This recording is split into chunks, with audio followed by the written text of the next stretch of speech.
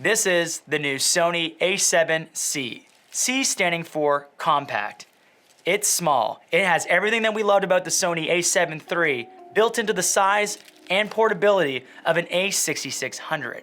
This is the lightest and smallest full-frame interchangeable lens camera on the market. At first glance, I love it. So let's dive in a little bit more. All right, so let's cover some of the specs right now. 24.2 megapixel backlit CMOS sensor, 5-axis in-body image stabilization, compact magnesium alloy body. It's got a flip-out screen that rotates. Finally, it's got all the picture profiles that we want, HLG and HDR, S-Log2 and 3 with 14 stops of dynamic range. 10 frames per second for burst shooting. It uses the Z battery, which is actually the same one that's used in the A7 series, so essentially longer battery life. All the plugs and jacks and mounts to max this out for shooting video. And it comes in black and silver. All right guys, just so you know that my opinion is not paid for by Sony, this first impression and first look is brought to you by Storyblocks. So just like this camera is a tool, Storyblocks.com is a tool in our video creation kit. For our team, having access to over 1 million royalty-free stock video clips, After Effects templates, Premiere Pro templates, and more means that we can create the things that we want to create when we want to create them. If you want unlimited downloads from their massive library, go and check out their flexible subscription plans, and most importantly, check out the unlimited all access plan, which is the one that I use. Also, little sneak peek for you, here's 5 seconds of the next video that's coming out that actually uses a bunch of assets from Storyblocks.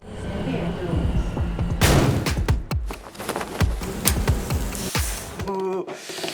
I can't wait to release that video, and I bet you also can't tell the difference between which was stock footage and which was my footage. And most websites have bad stock footage. Like, most stock footage is bad. Storyblocks.com actually has really good footage, and we use it in all our videos all the time. You've heard me talk enough about it. It's great. Links are below. All right, so let's cover initial first impressions. When this camera came out of the box and I saw it for the first time, I was like, that is a good looking camera. It's very reminiscent of like old film cameras, such as like my dad's old Nikon that's right here. Lucas is gonna chuck it. Oh, okay. It's reminiscent of this, which I really love. One of the things that I've been kind of missing as a professional photographer in the last little while is just using my camera to document everyday life, like taking photos of my friends and family. And I feel like this camera is a camera that's like fun to use because it's small, it feels good in your hands, it's got that aesthetic that's kind of nostalgic, and I actually just want to go out and start using it. One of the things that you'll notice, and this is based purely on the fact that it is a smaller camera, this is an A7 III in an A6600 body. When you put it in your hand, it still feels good, but not nearly as beefy as it does on my A7R III. One of my favorite features and one of the most notable on this camera is the flip out screen. We've been wanting it, and they finally gave it to us. Remember the old screen? I never really understood. Like, it was definitely better than just having a flat screen. You could have like, oh, I can kind of shoot like this and kind of shoot like this, but actually having the ability to do this is so important. So as a vlogger, this is just so essential to be able to finally compose an image of myself. And I would say my last favorite thing at a first glance about this camera is that it's super inconspicuous. Every time I'm shooting in the city in downtown Toronto, I get kicked out of every single location. The moment I bring out a big camera, like, what are you doing here? What's the purpose? Do you have a permit? What are you gonna do with this? Is this going on YouTube? Is this a personal project? What are you doing? Are you getting paid for this? Is this commercial? I've heard it all. It drives me insane, and I hate it. But what I found is every time I shoot with smaller cameras, legit security never bats an eye. All right, so we're gonna do a quick little camera comparison right here between the Sony A7c and the ever so loved Sony A7 III. I love how those kind of sound similar. As you can see here, the EVF on the A7 III takes up a lot of space on this camera. So what it's done now is it's actually moved to a little smaller EVF right on the side there, which in my opinion has not really changed the use and function of this camera. If anything, I like having the extra space. So as you can see on the A7c, we have a few less buttons, which just kind of appeals more to the market that they're trying to go for. So obviously if you want more customization, you might actually want the A7 III here so that you can work faster in terms of shortcuts. This door almost on every single one of our cameras is cracked and or broken. That's just because that plastic there is a little flimsy.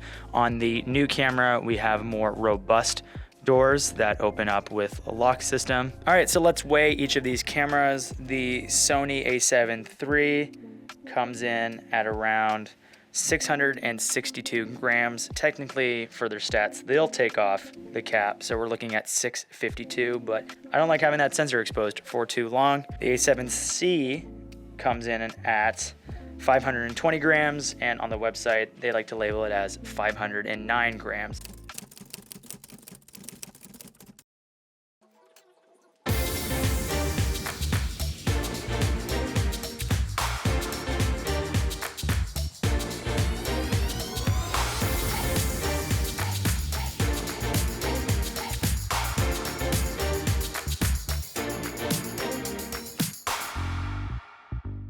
All right, so who is this camera designed for, or who would actually purchase the Sony A7c? Anybody who's currently shooting with a Sony APS-C camera right now and wants to jump into the full frame world would probably consider this camera. The next person that this is designed for is somebody who wants to take their social media game a bit more serious. So let's say you've been shooting a lot of stuff on your phone and you're like, well, I actually want to step up and do a bigger camera, learn how to properly edit my photos and have more room and information to play with. This would be the perfect camera for you. With this form factor, especially with some of the smaller lenses like the 24mm G Master lens, it's a really great camera to bring around with you to different events, small little forays, family things that are going on, as well as while you're traveling. Now, how does it fit for somebody who takes things a little bit more seriously, who is a professional content creator, who's built a business around it, like myself? So currently right now, I'm shooting on the Sony A7R3. This has been a great camera for me for the last couple years. It both fits as a great stills camera and a great video camera. But I'm getting the new Sony A7S III, and that should be coming in the next 2 weeks or so. So this camera will kind of take a side seat to that camera as my main video camera. One of my biggest beefs though with the Sony A7R III, and it's actually its main function, is it's actually a really, really great photo camera. It shoots 42 megapixel photos, and the Sony A7R IV shoots like 62 megapixels. The only beef that I have with that is the workflow and the data management. The files are so freaking big, and I need like a proper computer that's like maxed out with GPUs and everything to actually process the images at the speed that I want to edit things. So I'm very excited to have this mainly be a B camera for video, put this on a gimbal, especially a smaller gimbal, and number 3, as a secondary photo camera, something that can just be like, this is my photo camera, this is my video camera. Having the two be separate for their workflows is really, really efficient. All right, so we're at the end of our video, and you've probably been thinking to yourself this entire time, well, what is the price of this camera? Can you please tell me? I didn't tell you because I didn't know for a really long time. I just found out 5 minutes ago the final price of this camera by email. Let me read it to you so it's official and you know when's this available. The new Sony A7c compact full frame camera will be available in late October and will be sold for approximately $1,799.99 USD. You can do the Canadian conversion, but I'll actually just tell you right now, it's $2,399.99 Canadian. You're also probably thinking to yourself, well, if they've basically put a Sony A7 III in a smaller compact body, what does that mean for the Sony A7 III right now? It probably means that there's a Sony A7 IV just around the corner. Now, obviously, I'm speculating. I don't have any insider information or anything at this point, but my guess is that that camera is probably gonna be coming out in the next few months or maybe next year. But as we've seen with the Sony A7S III, we could be waiting a long time, so we never know. So this seems like a great camera to have in the meantime. I love this camera. I'm legitimately picking it up. If you guys want to go and pick it up, links are below. And on that note, you guys know what time it is. I had somebody be like, I only come here for this channel for this exact part. It's ASMR outro time. Let's jump into it. Different sound this time. There it is. You're probably thinking to yourself, Chris, those are a lot of bags you have under your eyes. You're working so hard on these videos these days.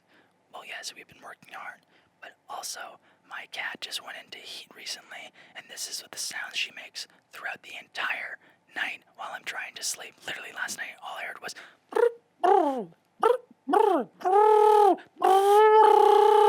and then I wake up to her presenting herself all over the house. It's actually quite a lot to deal with. Not only am I losing sleep, but I can't concentrate on writing scripts or do anything because in the background while I'm typing, all I hear is